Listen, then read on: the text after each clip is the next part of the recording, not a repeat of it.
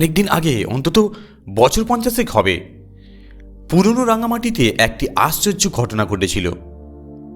রাঙামাটি তখন জলের নিচে তলিয়ে যায়নি। গাছপালা, পাহাড়, কর্ণফুলী, চেঙ্গি নদী ও সংরক্ষিত বন নিয়ে বাজার বসত। চেঙ্গি নদীর মুখে বসত এক এক দিন। লোয়ার রাঙামাটিতে হাসপাতাল, ঘরবাড়ি, খেলার মাঠ আর দোকানপাটও ছিল। সারাদিন লোকজন থাকত। চেঙ্গির মুখে ছিল একেবারে নির্জন। আশপাশে ঘরবাড়ি ছিল না। কচ্ছিত লোকজন আসা যাওয়া করত। ছোট্ট একটা ঘাট ছিল। সেই ঘাটের নাম ছিল পরিপ ঘাট। আমি জানি না কেন ওই নাম। চেঙ্গির মোহনা থেকে একটু উজানে ছিল সেই ঘাট। ঘাট থেকে কুলে উঠলেই রিজার্ভ বন। গাছপালায় ভরা সংরক্ষিত বনে ছিল বড় বড় গর্জন, চাপালিশ, তেলসুর, চম্বল, শিল, কড়াই। ঘাটে একটা নৌকা বাঁধা থাকতো, অথবা থাকতও না। শীতকালে সেই ঘাট হেঁটে পার হয়ে যেত। ওদিকে কর্ণফুলী ছিল গভীর। সন্ধ্যের পর পরীর ঘাটের পথে খুব দরকার না পড়লে কেউ পা ফেলত না। কারণ ওই নাম, কে জানে পরী নাকি অন্য কিছুর জন্য। পাহাড়ে জঙ্গলে অশরীর তো থাকবেই, মাঝে মাঝে ডাকাতও হানা দিত। আমি এই কাহিনী শুনেছি 80 বছরের বুড়ো গুড়াধন চাকমার কাছে। সেই গুড়াধনের বয়স যখন 17, তখন এক ব্যবসায়ী সেই ঘাটে শেষবারের মতো অশরীরী দেখা পেয়েছিল। তাহলে সেই কাহিনীটাই একবার শোনা যাক। আমি যেমনটি শুনেছি ঠিক সেই রকম বলার চেষ্টা করছি, তাতে একটু রংচং মেশায়নি। সে বছর ভীষণ বর্ষা হয়েছিল। তারপর এলো ঝলমলে শরৎ। সেই শরতের শেষ। আকাশ ঝকঝকে পরিষ্কার, কেউ যেন সারাদিন ধরে পালিশ করে রেখে গেছে। দক্ষিণ থেকে হাওয়া বইছে মৃদু মৃদু। পঞ্চমীর চাঁদ ঝুলেছে আকাশে। চেঙ্গির উজান দিকে পালতোলা নৌকার মতো চাঁদ দিয়ে ঝুলে পড়েছে, তেরছা আলো দিচ্ছে। সেই চাঁদ নদীর স্বচ্ছ পানিতে রূপোর দুলের মতোই লাগছে।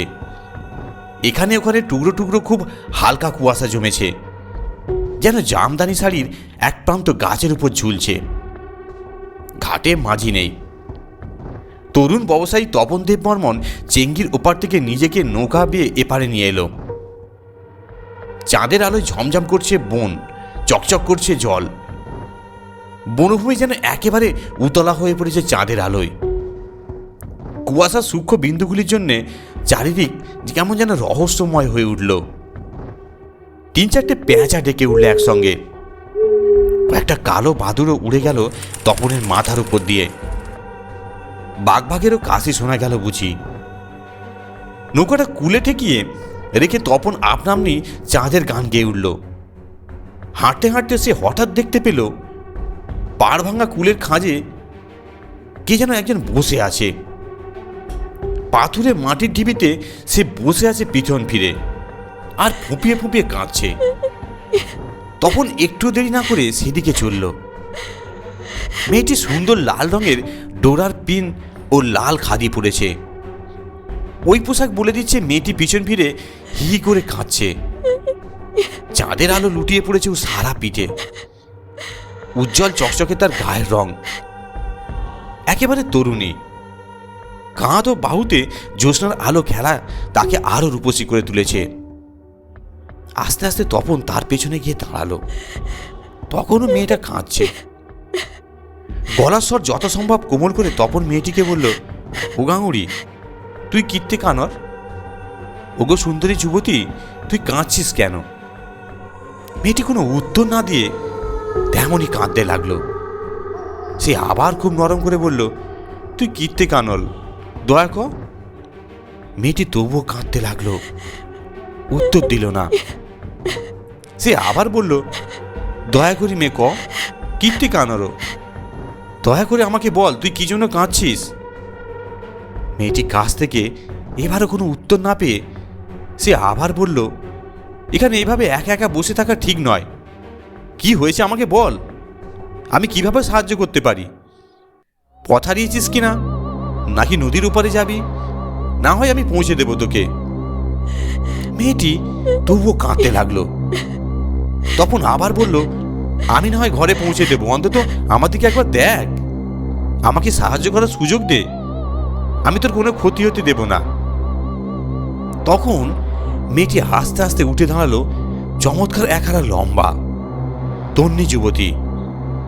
চাঁদের আলোয় ঝলমল করছে তার গায়ের দুধে আলতা রং ও পোশাক। সে ঘুরে দাঁড়িয়েছে, কিন্তু মাথা নিচু করে কাঁদছে, হাত দিয়ে চোখ মুখ মুছছে, যেন একটা অন্য ধারা। আস্তে আস্তে তপন মেয়েটির কাঁধে হাত রেখে বলল, আমাকে ভয় পাওয়ার কিছু নেই, আমি বাঘও নয়, ভাল্লুকও নই, ডাকাতও নই, আমি মানুষ। দরকার হলে আমি ঘর পর্যন্ত পৌঁছে দিয়ে আসবো তোকে।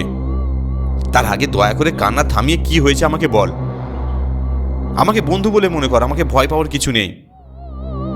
তারপর মেয়েটি আস্তে আস্তে মুখ তুলে তপনের দিকে তাকালো। অমনি তপন বর্জাহাতের মতো চুপ হয়ে গেল। সে দেখলো মেয়েটির চোখ মুখ নাক কিছুই নেই, তার মুখখানা ডিমের খোলের মতো লোপা পোঁচা এবং ধপধপে সাদা। সেরকম অদ্ভুত মুখ সে কোনো দিন দেখেনি এবং কোনো দিনও কল্পনা করেনি। আর সঙ্গে সঙ্গে সে চিৎকার করে দৌড় দিল, বাঁচাও। নদীর কূলের খাড়ি থেকে ছুটতে ছুটতে সে নদীর কূলে উঠল। তারপর বনের গাছপালার ভেতর দিয়ে ছুটতে ছুটতে বড় রাস্তার কাছে পৌঁছানো পর্যন্ত তার মাথার মধ্যে কেবল ওই নাক মুখ চোখহীন চেহারা ছাড়ার কিছুই মনে ছিল না। জীবনে সে এমন অসম্ভব ঘটনার মুখোমুখি হয়নি, গল্প কাহিনীতে শোনেনি। ছুটতে ছুটতে সে পেছনে তাকাবার কোনো সময় নেই। শেষে বড় রাস্তায় পৌঁছে কপিবাতির আলোতে বসে থাকা একটা লোককে দেখতে পেল। সে কী সব নিয়ে বেচা বিক্রি করছিল। তখন তাড়াতাড়ি তার কাছে ছুটে গেল। লোকটি মাথা নিচু করে টাকা পয়সা গুনছিল। তখন লোকটির পায়ের কাছে পড়ে গোঁ গোঁ করে চিৎকার করতে লাগলো। লোকটি বলে, কি হয়েছে তোর, অমন করছিস কেন? কেউ মেরেছে তোকে? কেউ টাকা পয়সা লুট করে নিয়েছে? কেউ খুন করতে চেয়েছে? না না না, কেউ মারেনি, খুন করতে চায়নি, লুটপাটও করেনি, শুধু শুধু নাক চোখ মুখ, শুধু কি নাক চোখ মুখ চেপে ধরে মেরে ফেলতে চেয়েছিল। না না, খুন নয়, ডাকাতও নয়। আমি দেখেছি একটি গাঙুরি মেয়ে, তার, হ্যাঁ আমি বলতে পারবো না সে আমাকে কি দেখিয়েছে। অমন মুখ আমি জীবনে দেখিনি। সে মুখ থেকে হাত সরিয়ে নিতেই, কি দেখিয়েছে সে? এমন কি তোকে দেখিয়েছে যে তুই অমন ভয় পেয়েছিস?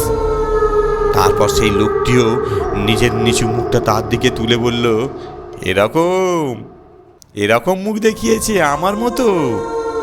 তখন কপিবাতির আলো চাঁদের আলোয় দেখলো লোকটির মুখ ডিমের মতো লোপা পোছা, সমান সাদা এবং অপ্রাকৃত। অমনি বাতিটাও ধপ করে নিভে গেল। ধন্যবাদ। গল্পটি শোনার জন্য অসংখ্য ধন্যবাদ। আমরা সুস্থ থাকুন, ভালো থাকুন, এই কামনাই করি।